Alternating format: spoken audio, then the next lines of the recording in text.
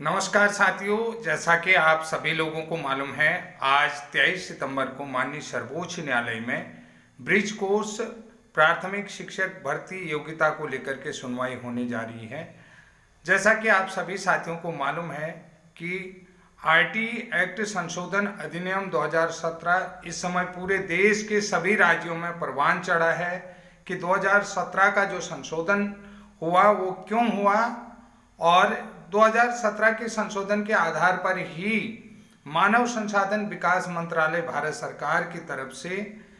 कक्षा 1 से 8 तक पढ़ाने वाले सभी अप्रशिक्षित शिक्षकों को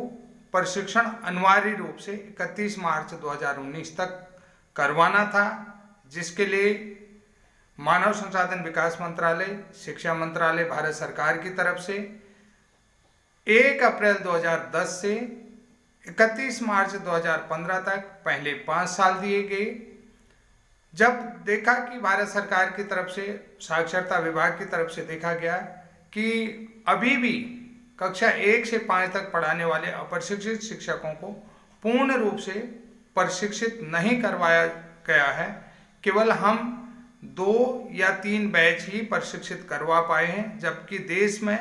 अभी भी सभी राज्यों में अप्रशिक्षित शिक्षकों की संख्या बहुत ज़्यादा है। तो ऐसे में आरटी एक्ट लागू होने के कारण से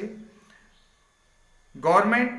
प्राइवेट और गवर्नमेंट सहायता प्राप्त सभी विद्यालयों में कक्षा 1 से 5 तक पढ़ाने वाले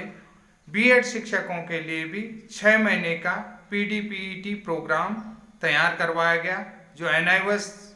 संस्थान के माध्यम से कराया गया था। पीडीपीईटी,